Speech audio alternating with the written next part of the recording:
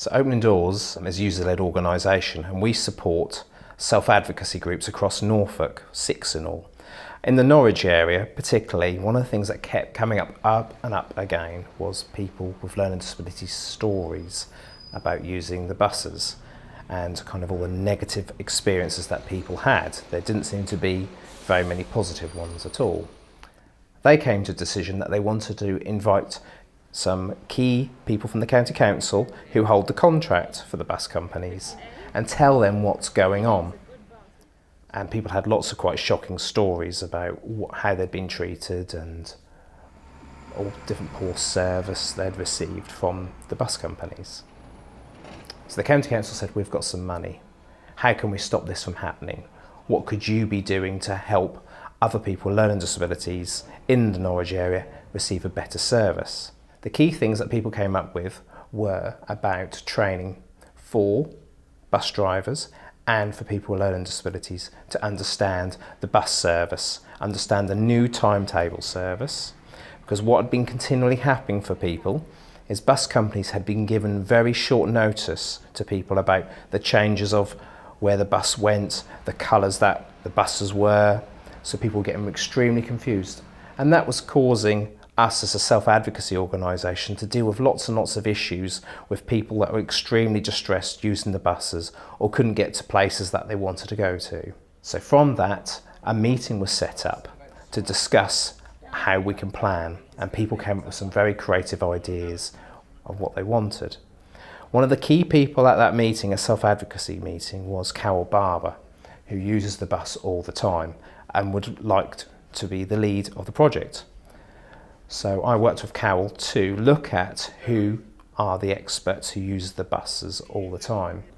And Carol indicated a number of 7 other people that use buses constantly every day and would be extremely good champions and would be able to train other people with learning disabilities how to use the buses, and also help them, the county council, to develop information that would help a wider number of people and not just people with learning disabilities.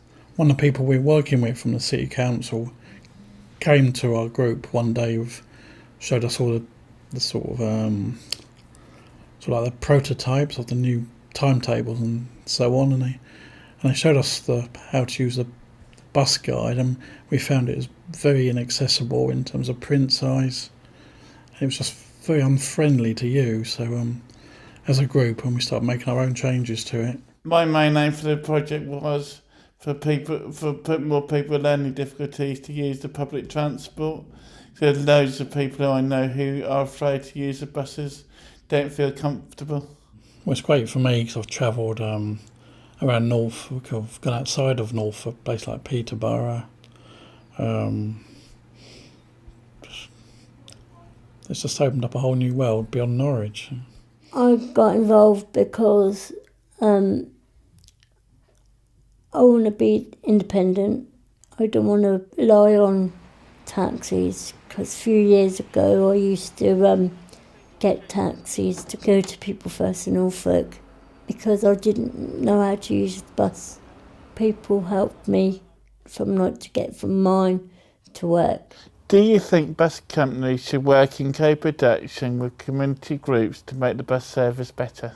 Yes, bus companies certainly should work with community groups such as Opening Doors to make the bus services better.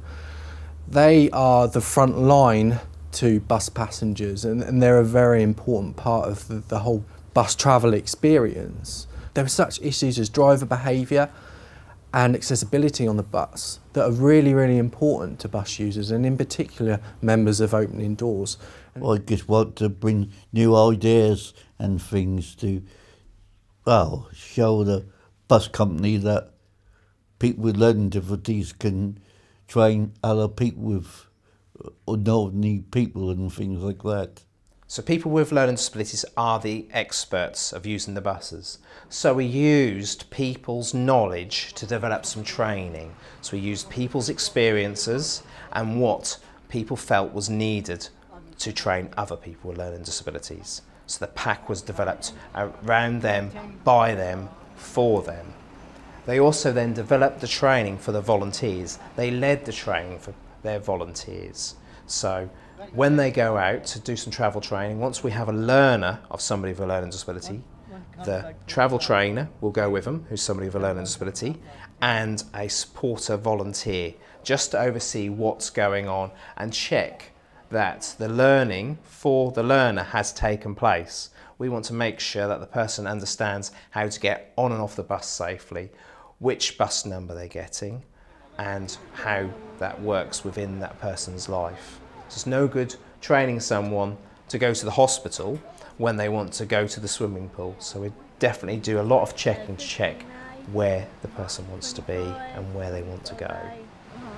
This is your guide to using the buses, and the bit on the back is about me. You can show the driver, like when you get on the bus, if you want to ask him to wait till you sit down, and if you're in a wheelchair, wait for you to reverse into your spot.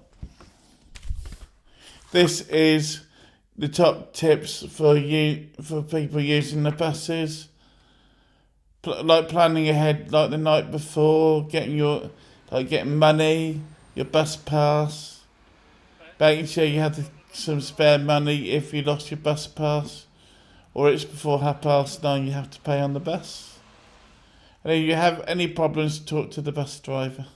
We've actually made people aware that we've actually done something around the destination finders and tried to make them accessible. Basically, we've tried to put a destination finder in easy read that people can understand it. I feel that we've put, as I say, we put posts up with all the bus services on there, and we've also put a big timetable up on the front of the bus information shelter. Or the training I've received has given me more confidence. I'm more confident every day. So our training helps people's confidence to be able to communicate in a way that is effective for them, not negative, that can tell the bus driver what their needs are, and also other members of the public what is needed, and get the members of the public and the bus drivers on their side, so that makes their bus journey relaxed, positive, and what the person is needing. Well, it makes me feel happy and things like that, and that seems that I'm training other people to learn bus routes and things like that. I feel, as a bus trainer, I feel really, really proud of myself to do this kind of work. It's a new experience for me. When I'm training the people to go on the buses, I think that makes me feel more confident in myself. The person who's in charge of the Norfolk County Council has done really good work for us with people with learning disabilities and other disabilities.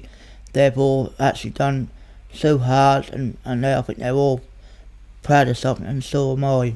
They have offered support verbally, morally, and developed the practical tools that people need. So they've offered resources, time, and money to the project, so people can make this project a success, which it has become. People have gained so much confidence in working with the council, and really hope that in future this is the way that the county council wishes to work with people, to develop a project that really makes a difference to people's lives. Bus lottery changed my life importantly. Using a bus, and that's changed my life, not sitting in my house all the time and that. Before I was scared to get on the bus actually, but since I've been learning to use the bus, I'm fine. People who live in residential care should have the freedom to use public transport or train to get to A to B. We basically weren't being asked to be born with a disability. It's the way it is. People with learning disabilities have a right to be in the community. People with learning disabilities have a right to go into a shop. People with learning disabilities have a right not to be harassed while they're on a bus. People with learning disabilities have a right to access any transport that they need. We are the experts. By experience, ask us. Don't ask other people. We're the people you should be asking on a daily basis. Don't be afraid to ask us. We're the experts.